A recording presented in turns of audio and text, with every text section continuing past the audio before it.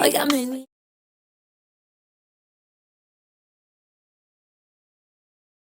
Hello, I'm Nurse Martha. I just have a few personal questions for you before the doctor sees you, okay? How many partners have you had in the last 3 months? Una nena inteligente. No se deja derrumbar. Por un hombre que no supo. No la supo valorar. No te miento, sí que duele.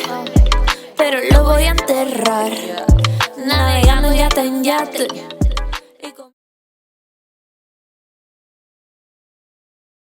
I'm going to exercise the Fifth Amendment on that one. Okay, is your partner having sex with anyone else besides you? Oh wait, which partner are we talking about? I'm just kidding. Honey. I mean, I don't know. I mean, you wanna call him and ask him? No, that's okay. He might tell you the truth because, I don't know. We'll skip that question. Are you on any type of birth control? Just dry humping. That's usually how I sustain myself from intercourse.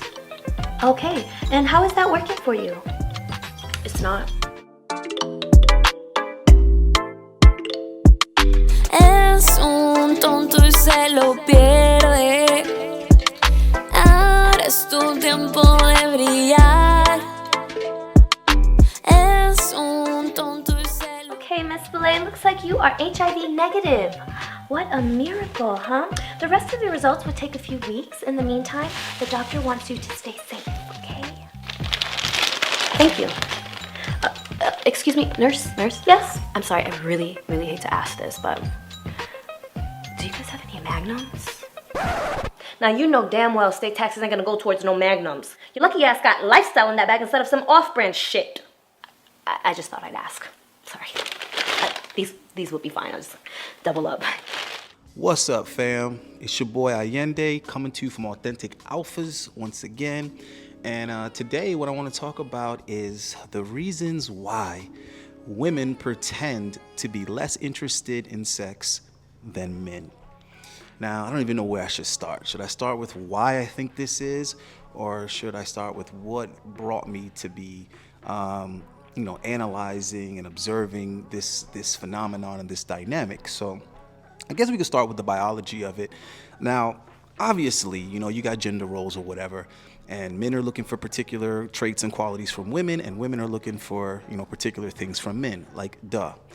And whenever you're trying to make an exchange with someone, there obviously has to be, incentive. Like, what is it that I have that this person wants, and what is it that this person has that I want or need, right?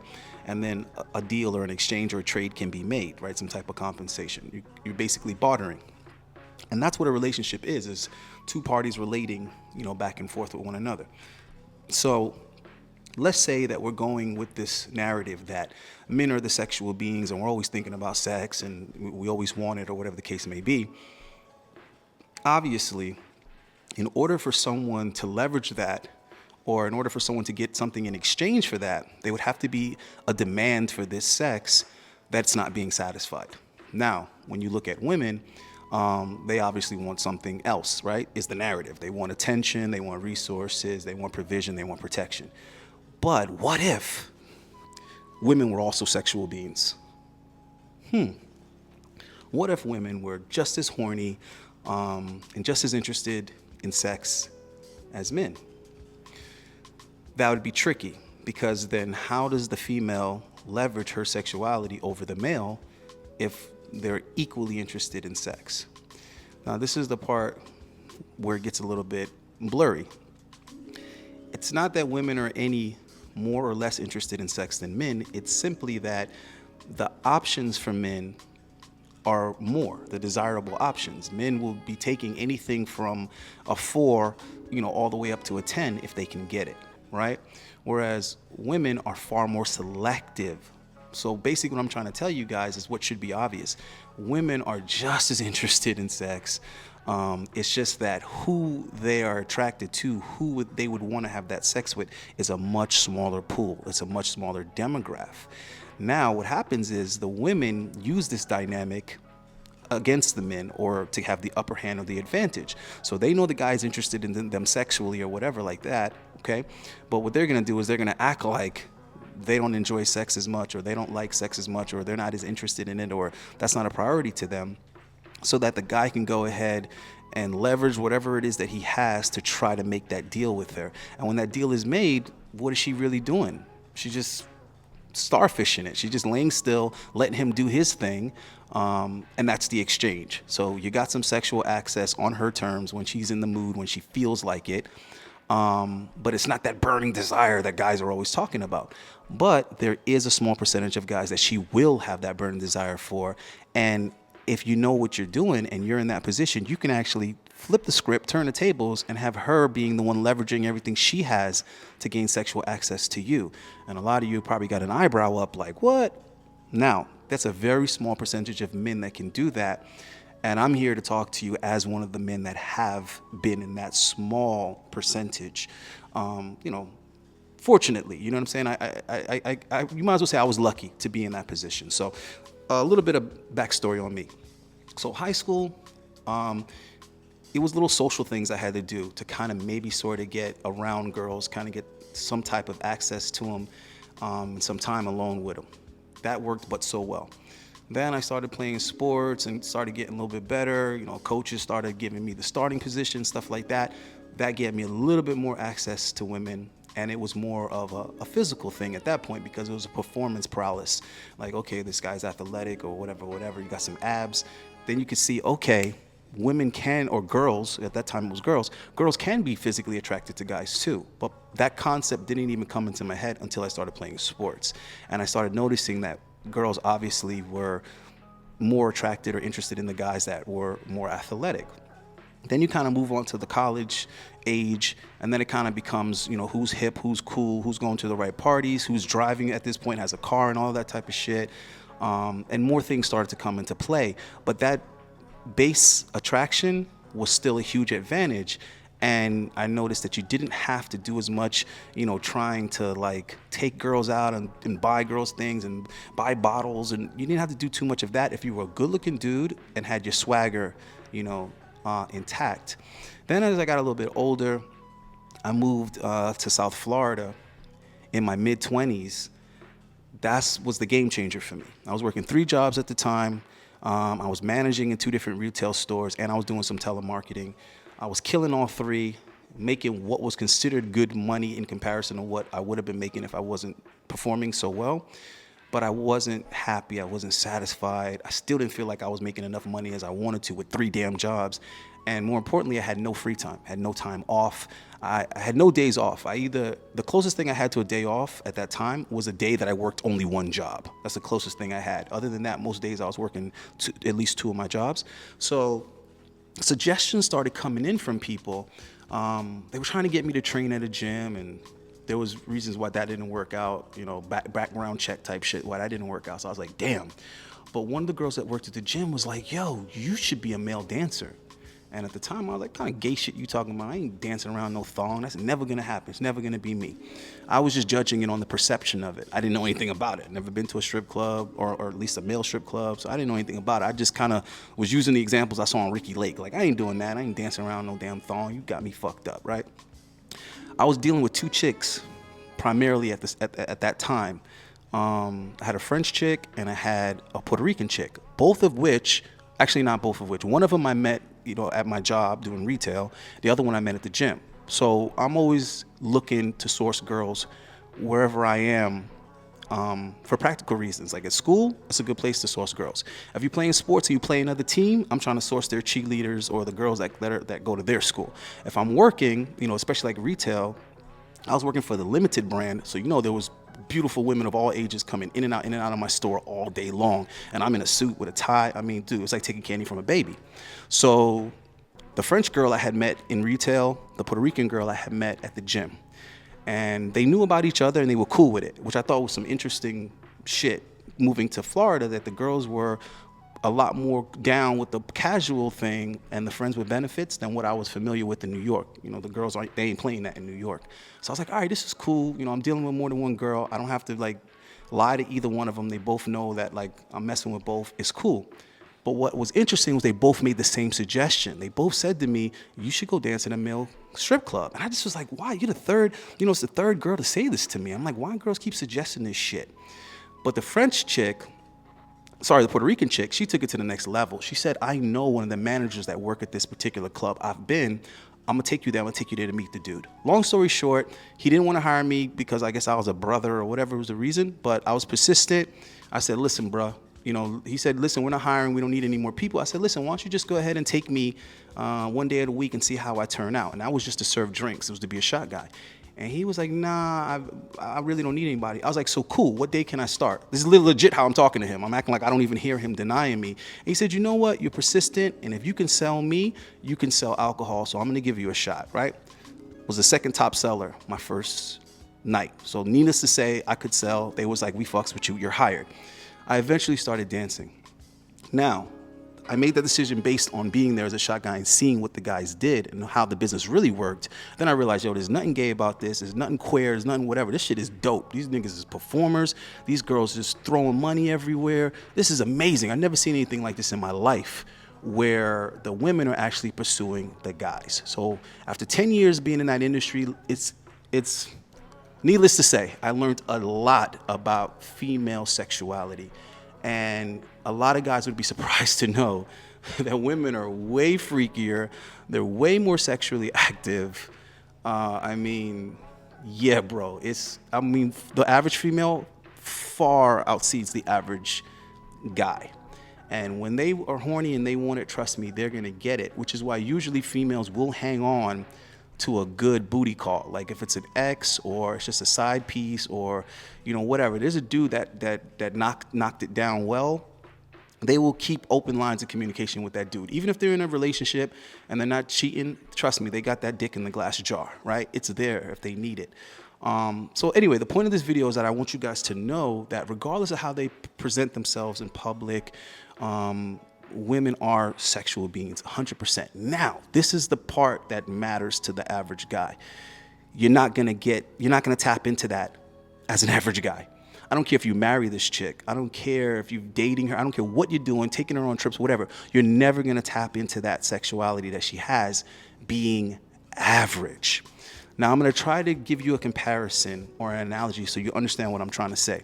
Now, I also was a bouncer in female strip clubs for some period of time, and they overlapped. So I was legit working in male strip clubs and female strip clubs at the same damn time. Sometimes I would work an earlier shift in the ladies club, and then in the gentlemen's club, and then I would work a later, at night dancing for women. So when I was bouncing, what is the incentive for the customers to come in there to see the women? Usually it's those guys are deprived of attention from women, they're deprived of validation from women, and they're deprived, sexually. So this is why these guys are there. So it's not always to have sex with the girl. Sometimes it's just to have a girl listen, just to have a girl sit on your lap and make you feel like a king or whatever the case may be. But these are things that they're not getting typically, they're not getting it on average, and they're not getting it at will. Some of these guys are married, have girlfriends, whatever, and they're still not getting that type of affection. They're not, feeling that admiration. They're not feeling that validation, or their women aren't engaging with them sexually like they would want. Basically, they're already given their end of the bargain, and the girl secured the bag, so she's like, I got a headache. Oh, baby, what's up? Let's fool around. No, I'm tired. So you guys know what I'm talking about. Any guys that are a little bit older, been in relationships, what I'm talking about, where every time you're trying to tap her on the shoulder, she's pretending like she's asleep or something. Now, compare that incentive to go to the titty bar to what brings the females to a ladies club, right? Now I want you to make this comparison. Now when the women come to see the guys dance and perform, it's a little bit different. They're there for attention, but they want attention from a guy that's high in demand, because it makes them feel special or important or attractive that they're able to get this guy that has so many other women screaming for him, pulling on him, trying to get his attention, trying to get his undivided. When she gets that, she feels like she won the lotto, right? So basically they're coming there for the elite. They're coming there to see the top 10% or 15% physique-wise, body-wise, appearance-wise. And that's where their interest and attraction and desire lies. So all the guys that fall under that, guess what? You're not making that box sweat. It's just what it is.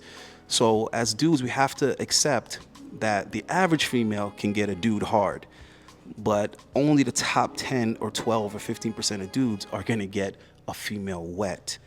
So I don't want you guys to confuse these two things. I'm not talking about getting laid. There's a difference between getting laid and her being into the sex more than you, her being turned on as much or more than you.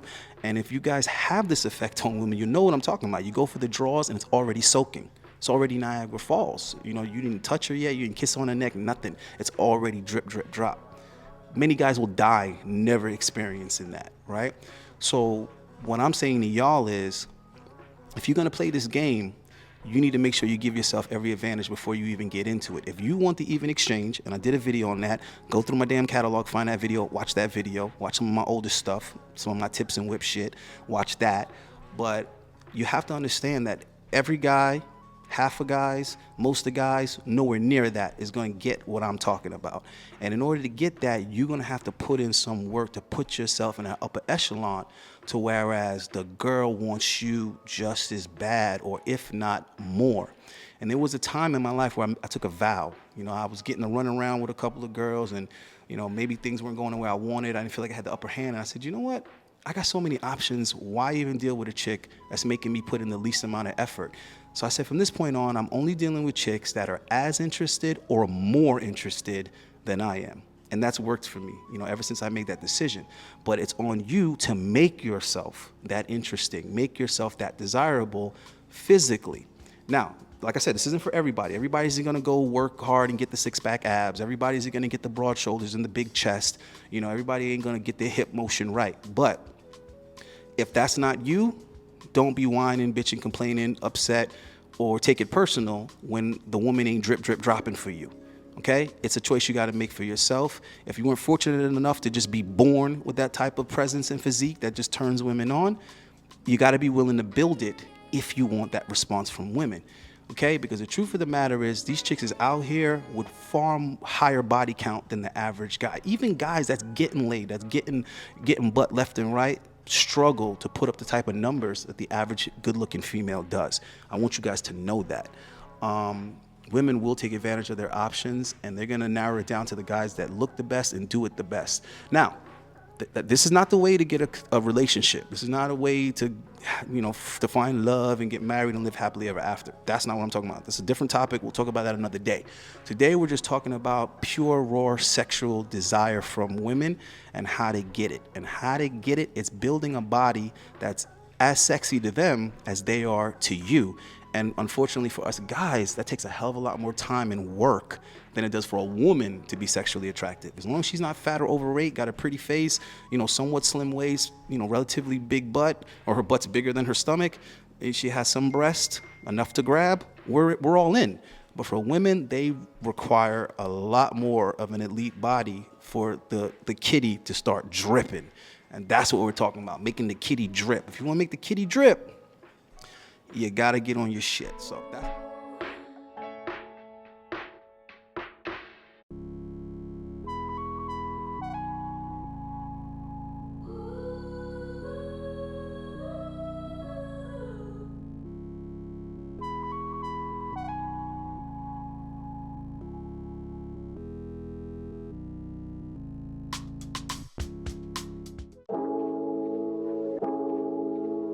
The Doob King, the Harmless Prince, Mr. Bad.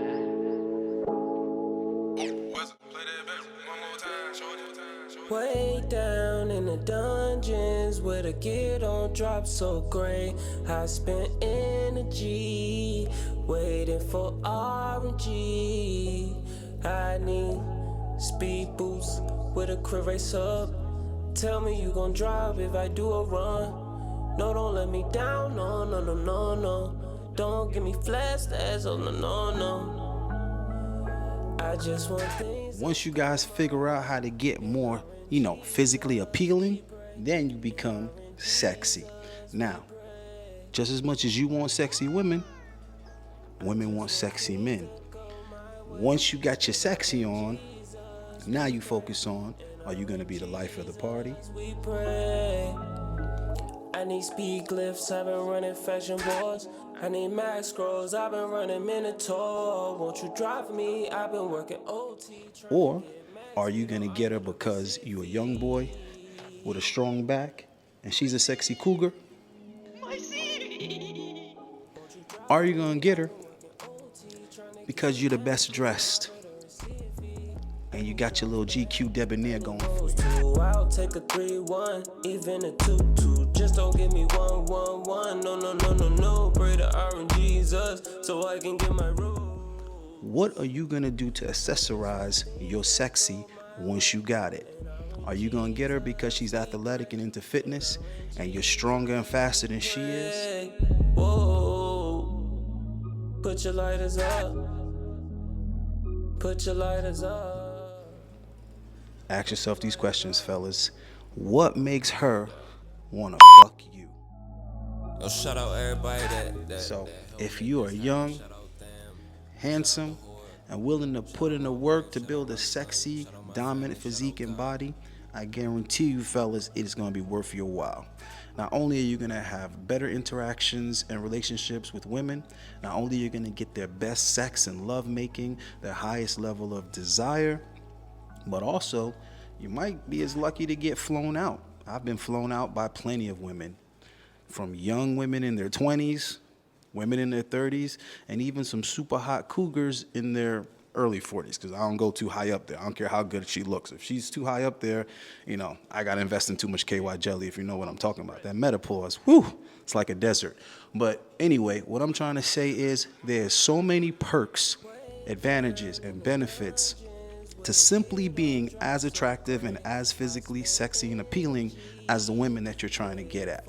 Okay, it's all about that even exchange. I don't want you guys exerting yourselves, chasing after some chick like Wile E. Coyote in the Roadrunner. I don't want you on some Pepe Le Pew Me Too type shit. I want you guys to be engaging with the females on an even playing field, getting just as much as you give. You dig? just want things to go my way. Here. I'll catch you guys on the next one, man. But if this is something that interests you, make that decision to yourself, make that commitment and say, I'm going to leave chicks alone. I'm going to just focus on building my body and building my physique to a point where I don't have to, outwork myself and offer her all these other things to get her attention. Just simply taking my shirt off is going to have her taking her panties off. All right, guys? Peace. Won't you drive me? I've been working OT, trying to get max speed on arbiter receive fee.